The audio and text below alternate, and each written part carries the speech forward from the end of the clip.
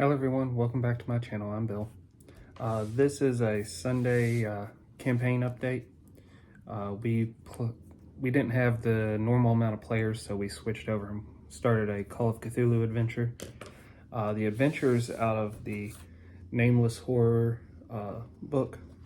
There are 6 adventures in there, and the one that we played was Bleak Prospect. If you're one of my other players that didn't play in this and wants to play in this, stop watching this video now, because this will have more information in it than you would want to know if you're trying to investigate in this. Also, if you are interested in Call of Cthulhu games as a player, I'd recommend not watching this video any further, because there will be spoilers. It might not be everything, because I'm telling it from where my party interacted with everything, but there'll be enough spoilers that you're going to know more what's going on than somebody that's never played. So you could essentially shortcut the adventure or try to lead the party around because of the information you know. So just keep that in mind. We played this game over 2 weekends. If we could have sat down the first time and focused, we probably would have only played it in one night. The adventure's not particularly long, and it's not too complicated, but it does start out very interestingly. This adventure starts the group in the 1930s, and it's during the Great Depression. It deals with the Hooverville, and Hooverville is a shanty town. They were set up outside of a lot of towns during the Great Depression, and the party are members of this Hooverville. And this Hooverville is located 1 mile outside of the town of Crawley, so the party has the options to go into the town and interact with people and locations. So they're 1 mile outside of Crawley. Another mile out from them is a diner that was established around the beginning of the Depression. And it is doing okay, and it is the source of used coffee grounds and a little bit of the food donations that's getting donated to Hooverville. And then past that is a road that continues on to Arkham. This Crawley is located between Arkham and Salem.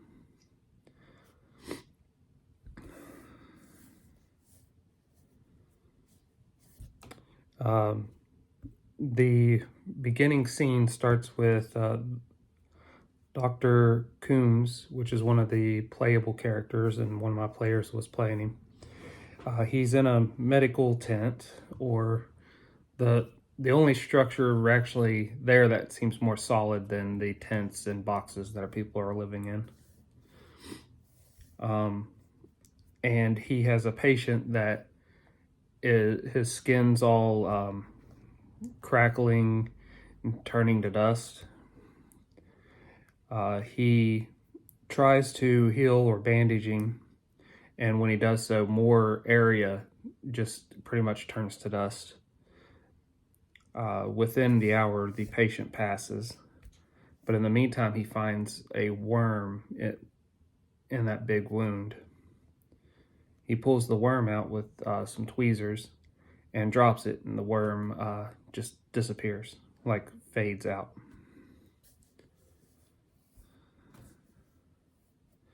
The Hoovervillians all have a same like kind of fever dream that is now just rumors amongst the area, and they've had it for a good while now, of white-faced or white faceless men attacking people from the Hooverville, but there's never any wounds, and no one ever really recalls where every specific incident happened. So that's some more information to keep in mind.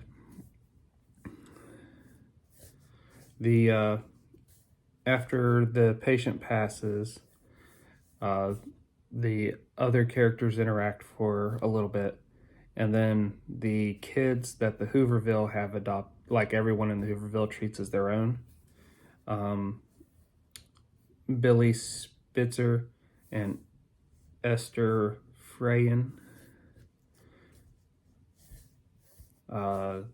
they are out playing, and they end up getting abducted over the night.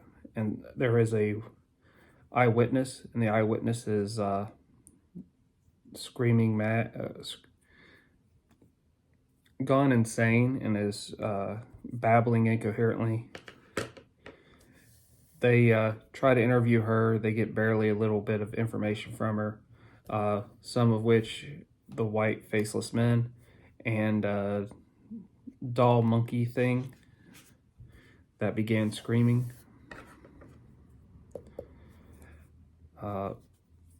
Here's the other two player characters. Carl Rothstein, former Miskatonic University physics professor, and Hiram Melnick.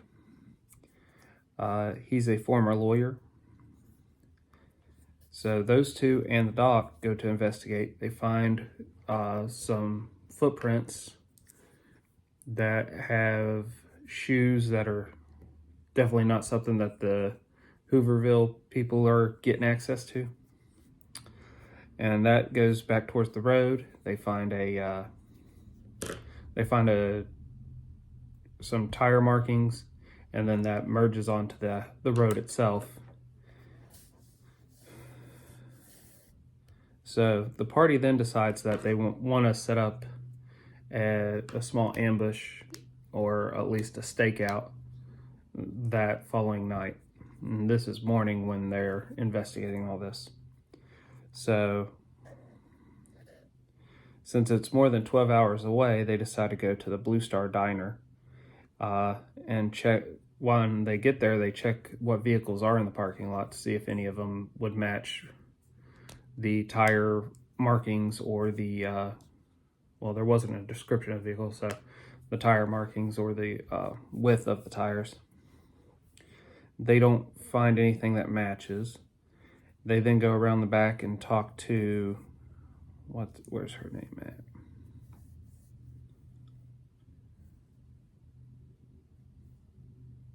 There it is. Ida Brody, the owner of the diner. After some talk and the fact that she has insomnia, she lets them know that she was working the books around 1 a.m. A car came by, and about an hour later it came by again in the other direction. And Arkham's not close enough that a car could make a trip to Arkham and back in 1 hour. So they decide to look at if there's any houses along the road, and there is one that they remember, and that is the Prospect House. So a small manor house that has a wall around it, and the fence says Prospect on it. So that they make the trip there, but before leaving, Ida gives them a small bundle of biscuits, and they make a good meal of that on their way. Once they get to the Prospect House, they begin searching around the wall and examining the fence or the gate. The gate itself is locked, and there's a chain wrapped around it and a new padlock on it, where the gate itself is more rusted. The wall, I believe, was like 6 or 7 feet high. I want to say it was 6. And the doctor manages to climb up and over. The other two, the lawyer and the ex-physicist, walk around the compound until they find a section of wall that has caved in the past, and they push that section in a little bit, climb up and over. Now that they're in the compound, they make their way around the manor, and they find a few of these worm things in the area, and they're a little bit bigger than the one that the doctor pulled out of somebody, or pulled out of the patient. They also, as they're going around, find a hobo that is part of Hooverville that's went missing. He looks the same as the first guy that passed away on the doctor's table. Is turning to dust and such. They also find 2 sheds and a brick outbuilding, and not outhouse, but like a facility of some sort. There's no windows to the stone building. They go into the sheds and they look around, and they find diesel generators in both sheds, and they find wiring that goes to the big building and wiring that goes to the house. The physicist, the generators weren't on. The physicist cuts the wires with a weapon he had procured from these sheds. I believe it was like a axe or something. Well, they continue exploring around for a second, and then they decide to start going into the house. The lawyer, while they were messing with cutting the wires, the lawyer had made his way into the house. He entered from the side that had the ballroom. He opened a door. The ceiling in the ballroom has kind of caved in, so you're kind of walking on that ceiling now. But there's still mirrors hanging up that wrap around the ballroom. When he's in there and he looks at them, the mirrors themselves begin bleeding this red, icky substance out of the mirrors themselves, which caused him to have to make a sanity roll. He makes his way into the actual intact part of the house next, and he's in I believe it's called a smoke room. So an area where they would store all their tobacco and relaxing chairs and drinking supplies to relax. He's in there. He starts opening doors and leaving them, propping them open. When he gets into the main hallway, he can start feeling this kind of air rushing past him, going out of the house. And then he can, a few moments later, feel it coming into the house. And he feels that, and it stays pretty consistent. So he keeps opening doors and looking into rooms, but not going into rooms at this point. And the front doors, as he makes his way to the hallway, or through the hallway, he sees that the front doors are already open.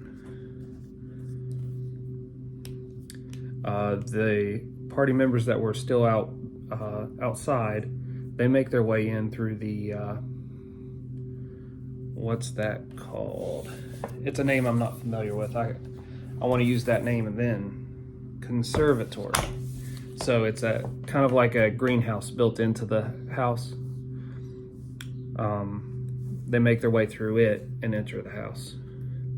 And that's where the first game's worth of adventuring ended. But that said, I'm not stopping here on this story time. So let's continue. From the conservatory, they begin looking around. They make their way to stairs that go up. That's beside the conservatory in a little hallway. And then they open up the other 2 doors in this hallway that hadn't been opened. One, where did it lead to? Helps if I have the map to remind me. One led into the library. The other one led into a hallway that led into a bathroom on one end of the hallway and a kitchen on the other end of the hallway. So they end up not messing with the library. And at this point, when they get into the kitchen, everything's weird instead of what you would normally expect. The walls are red and fleshy and kind of have this icky feel to them. And the ground's squishy and whatnot. They find stairs that go down but no light. They end up looking around the servants' quarters, which was to the just behind the kitchen, as well as as well as the laundry room. They were really eerie of the laundry room for some reason, which was entertaining to me. But after some time, they find some sort of light source they can use, and then they descend the stairs to the basement.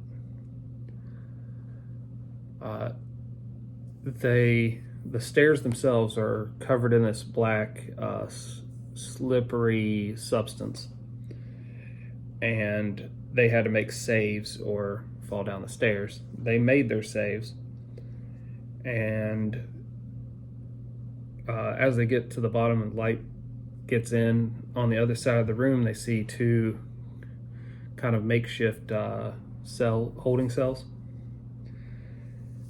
And in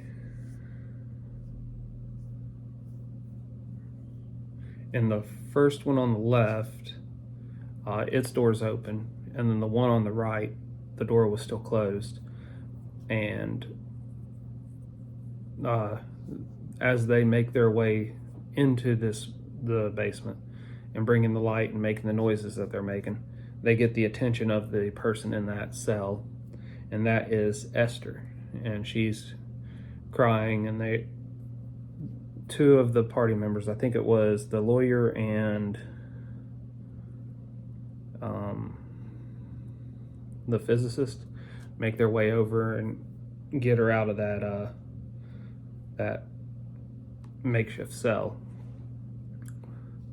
But in doing so, they're standing in the liquid, and it's slowly dealing a little bit of damage to them as it is burning their skin. They get her out. She's completely covered in that liquid. She had turned her bed up so that she would be out of the liquid, and she was sitting on it. And then they get her up the stairs and out. And as they're coming out, they see a vehicle parked out front that wasn't there when they first got here. They quickly look around to see if they can see where that person is. And they hear him making his way to the workshop. So they climb in his vehicle. He didn't leave the keys in it, so they hotwire the vehicle real quick, which I was surprised that they were successful. And they take that vehicle. What was it? I think the lawyer stayed, and the other two took the vehicle out and up the road about a mile. And this house was more than a few miles from the diner. And then the lawyer, after looking around, trying to remember what he did at this point. I know he was seeing what the other guy did, and the other guy started swearing once he found that the power was cut. And after that, I know the lawyer did something else, I just can't remember it. So Joe or David, if you remember, put it in the comments below. But after that, the lawyer regroups with them. But in the process of coming to regroup with them, they see a car come down and pass them on the road. After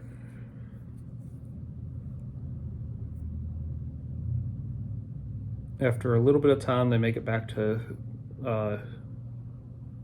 no. Oh yeah, they took the other car too. I remember that part now. So I don't remember exactly how they did that, what they waited for, but they hotwired the second car that arrived. I think the lawyer did this. He waited for them to go in, then he hotwired that car and he took it too. And in doing so, he decided to see if he could sell that in town. And he does. He sells it to a mechanic. And he takes the proceeds from that to celebrate. But the party goes back to the Hooverville after all that. And they find Billy's made his way back to Hooverville and he's kind of collapsed. So they examine him. He seems to be worse off. And Esther seems to be infested with these worm things as well, and so is Billy. The party figures out how to remove the worms after Esther pulls one out of Billy. And then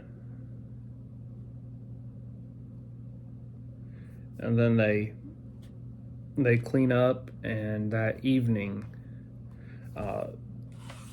who was it?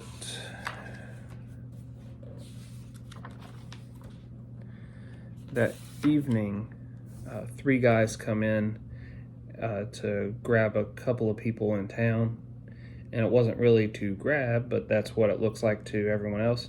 And they're wearing the white masks, and all it is a white handkerchief or white shirt over most of their face. And one guy's real tall, one guy's kind of pudgy. They have a confrontation with the party, and gunfire is exchanged. The party ends up killing these guys, and that's pretty much where the game ended. These three were the main ones responsible for what was going on, but the party didn't investigate far enough to figure out more about it. But there was more people in town involved, and the party didn't interact with those story threads to find that information out. But it was the three were Sedgwick, Brink, and Rossetti. And Sedgwick is the ringleader. What the worms were doing, just so you all would know, they're called Species 17. The guy that built the house, oh yeah, the lawyer set fire to the house too. I remember that now. But the guy that built the house, he or built the sheds, he owned the house. He made a machine that would allow you to see into other dimensions and interact with them. And one of the creatures that was found was these worm things called Species 17. You could put one of these worm things into somebody and it would take some sort of essence from them because it would be feeding off of it. And if you take them out and put them into somebody else, it would expel its excess of the essence that it didn't need. And game mechanic wise, that was POW and luck, which is why the people in Prospect were down on their luck, because the ones that are part of the main circle were the ones that took over their businesses. They were the ones that started putting these things into the ones that led the business. And then they started gaining that luck and stuff. The capturing of the kids was something new for this group, and that obviously went sideways on them. The device that's used to access the other dimensions was in that brick building, and although it didn't have power at the time the party left, if power was ever restored, it could be turned back on. The building was the original guy doing these experiments, because Sedgwick was that guy's helper. He was helping him do all these experiments and looking into all this stuff, but he did not have all the science knowledge that the original guy had. I'm trying to find his name.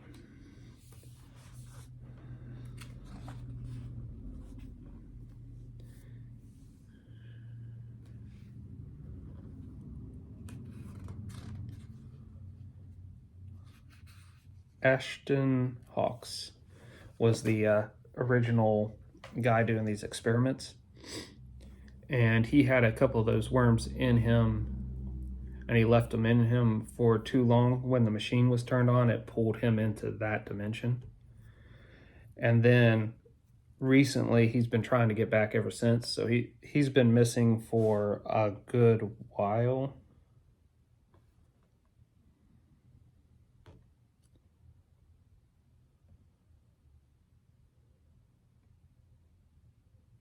Six years. So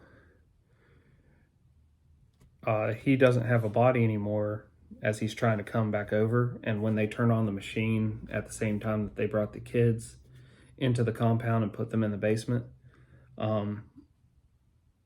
he merged with the house as the next biggest thing that could contain him.